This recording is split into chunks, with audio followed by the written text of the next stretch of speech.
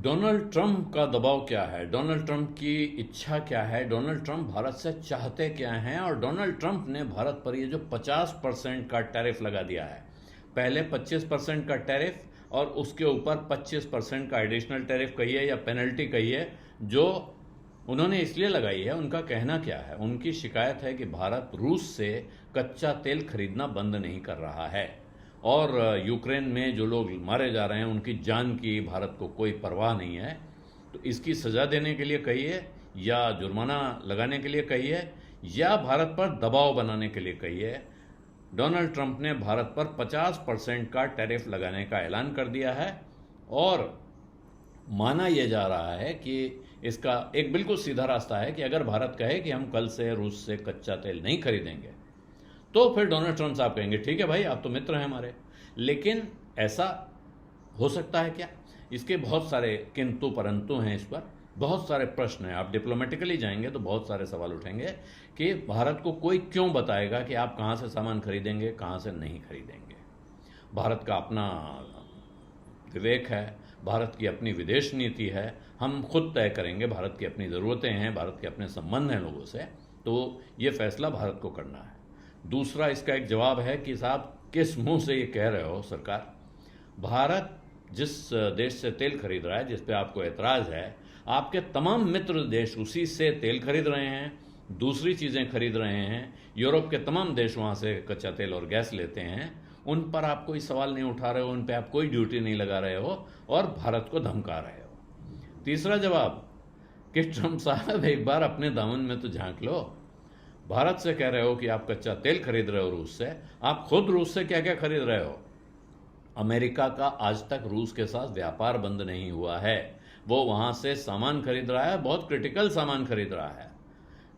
तो ये सारे तर्क हैं जो उनके सामने रखे जा सकते हैं। लेकिन ये तर्क अगर न रखने हो, या ये सिर्फ अंदाजा लगाना हो, जो कि शायद सरकार के स्तर पर इस बात का हिसाब ज़रूर जोड़ा जाता होगा कि ऐसा करना पड़ा तो इसकी क्या कीमत होगी। तो अब गणित ये जोड़ी जा रही है कि अगर भारत रूस से कच्चा तेल खरीदना बंद कर दे तो उसका आर्थिक असर क्या हो सकता है।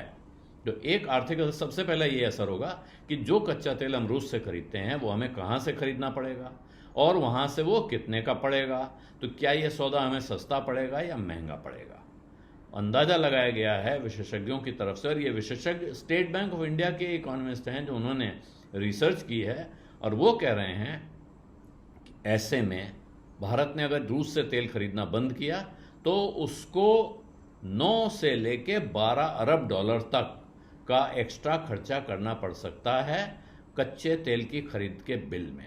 यानी कि उसको जो कच्चा तेल हम जितना खरीदते हैं हर साल, उसके दाम में इतनी बढ़ोतरी हो सकती है। तो ये जो एनालिसिस है उनका कहना है कि अगर हम सिर्फ अभी से बंद कर देंगे तो सिर्फ जो चालू वित्त वर्ष है, यानी कि अगले मार्च के महीने तक का हिसाब जोड़ें तो 9 अरब डॉलर भारत का फ्यूल परचेज बिल बढ़ जाएगा सिर्फ इस वित्त वर्ष में। और उसके बाद अगले साल का जो बिल होगा वो तो और ज़्यादा बढ़ेगा, 11.7 अरब डॉलर वहाँ बढ़ोतरी होगी, लगभग 12 अरब डॉलर मान लीजिए, क्योंकि वहाँ वक्त बहुत है और दाम बढ़ा हुआ है। और अगर भारत अभी रोक देता है तो ये, जैसा मैंने अभी कहा, कि वो 9 अरब डॉलर का उसको तत्काल झटका इसी साल लगेगा और 12 अरब डॉलर का अगले साल में। भारत ने रूस से तेल खरीदना दरअसल 2022 में बढ़ाया है, जब रूस ने यूक्रेन पर हमला किया और उसके बाद पश्चिमी देशों ने अमेरिका के नेतृत्व में रूस पर पाबंदियां लगा दी, सैंक्शंस लगा दिए, उससे तेल खरीदना बंद कर दिया। तो रूस की सरकार को लगा अब क्या करें, उन्होंने अपना तेल अचानक बहुत सस्ता कर दिया और भारत को सस्ते दाम पे तेल मिल रहा था। भारत ने, चीन ने वहाँ से प्रोक्योरमेंट बढ़ा दिया। ये भाव था $60 पर बैरल, ये कैप लगा हुआ है इस पर, एक बैरल $60 का मिलेगा। और इससे हो क्या रहा है कि हमें एक अच्छी सप्लाई कम दाम में मिल रही है। तो ये एनर्जी सिक्योरिटी का एक सवाल भारत की तरफ से बनता है। रूस अब भारत का सबसे बड़ा कच्चे तेल का सप्लायर बन गया है, जबकि ये 2020 में अगर आप देखें, वित्त वर्ष 2019-20 में, तो मात्र 1.7%, 2% से कम, 0.25% से कम तेल रूस से आता था भारत में अपने टोटल इंपोर्ट का। लेकिन अभी पिछले वित्त वर्ष में ये आंकड़ा 35% से ऊपर चला गया है, 35.1%। भारत का जो टोटल इंपोर्ट है वो है 245 मिलियन मीट्रिक टन, यानी 24 करोड़ 50 लाख मीट्रिक टन। इसमें से रूसी कच्चा तेल है 88 मिलियन मीट्रिक टन, यानी 880 lakh metric ton, 8 crore 80 lakh million ton. तो ये भारत और रूस का समीकरण बदला ही इस वजह से कि वहाँ से तेल सस्ता मिल रहा है। अमेरिका चाहता है कि भारत वहाँ से तेल न खरीदे, वो अपना तेल बहुत सस्ता कर दे, शायद भारत अपना सारा तेल अमेरिका से खरीदना शुरू कर दे। क्योंकि यूक्रेन की लड़ाई से पहले रूस का कच्चा तेल सस्ता होने से पहले भारत के सबसे बड़े क्रूड सप्लायर इराक, सऊदी अरब और यूएई, यूनाइटेड अरब एमिरेट्स थे। रूस का जो तेल है ये दुनिया भर की सप्लाई का 10% हिस्सा है। तो अगर पूरी दुनिया में रूस के तेल का बॉयकॉट कर दिया जाए तो दाम में लगभग 10%, 11% का उछाल आना तय है। ये माने ऐसी स्थिति में कि अगर बाकी देश अपना प्रोडक्शन बढ़ाकर उसको बैलेंस नहीं करते हैं, 10% का झटका लग सकता है।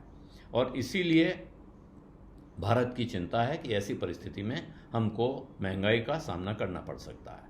भारत के जो बाकी हमारे जो रिफाइनर्स हैं, हमारी रिफाइनरी कंपनियां, वो पब्लिक सेक्टर की कंपनियां हों, यानी कि इंडियन ऑयल, एचपीसीएल, बीपीसीएल, या प्राइवेट सेक्टर के रिलायंस हैं, नायरा हैं, ये हो सकते हैं।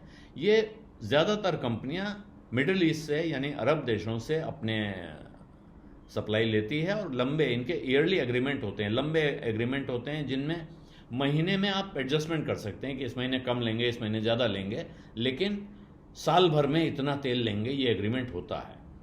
अभी जब रूस का ये मामला बढ़ा है, जब से रूस पे सैंक्शन लगा है, तब से भारत के प्रोक्योरमेंट नेटवर्क में बढ़ोतरी हुई है। वो रूस से तेल लेने लगा है, जैसे बताया, रूस से ज़्यादा तेल लेने लगा है, लेकिन साथ में अमेरिका से, पश्चिमी अफ्रीका से और अजरबैजान जैसे देशों से भी वो तेल खरीदने लगा है। अब लगभग 40 देश हैं दुनिया में जिनसे भारत तेल खरीदता है अपने रिक्वायरमेंट पूरी करने के लिए, और इसमें गुयाना, ब्राज़ील और कनाडा जैसे भी नए देश शामिल हुए हैं। वजह यह है कि आप जब बहुत सारे देशों से तेल खरीदते हैं तो आपकी एनर्जी सप्लाई की सिक्योरिटी रहती है कि आपको कच्चा तेल, क्योंकि बहुत एसेंशियल एलिमेंट है हमारी इकोनॉमी के लिए, इकोनॉमी की जान कह सकते हैं उसको।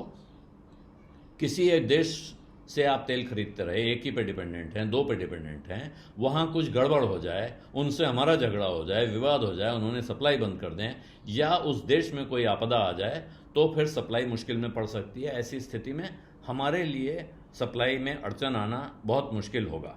इसीलिए अब इन्होंने बड़ा एक फुटप्रिंट बना लिया है, 40 देश हैं। ऐसे में भारत के पास यह ऑप्शन हमेशा मौजूद है कि वो अपने पुराने भरोसेमंद दोस्तों की तरफ जाए और वहाँ से तेल खरीदे, लेकिन उसमें उसको दाम ज़्यादा चुकाना पड़ेगा, कीमत ज़्यादा चुकानी पड़ेगी।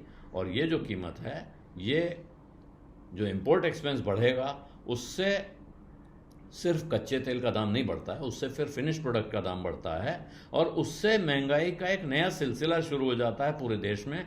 ये बड़ी चिंता है। अभी उस गणित को जोड़ा नहीं गया है कि इससे और कितनी चिंता आ सकती है, लेकिन सिर्फ कच्चे तेल के इंपोर्ट बिल में 9 से 12 अरब डॉलर की बढ़ोतरी अगर हो सकती है, तो फिर इसका मतलब देश में महंगाई भड़कने का एक नया खतरा भी खड़ा हो सकता है। इसीलिए उम्मीद यह की जा रही है कि ट्रंप साहब का जो पूरा किस्सा है, ये सिर्फ सौदेबाजी का पैंतरा ही साबित हो और जल्दी से जल्दी भारत और अमेरिका के बीच इस मसले पे सेटलमेंट हो जाए।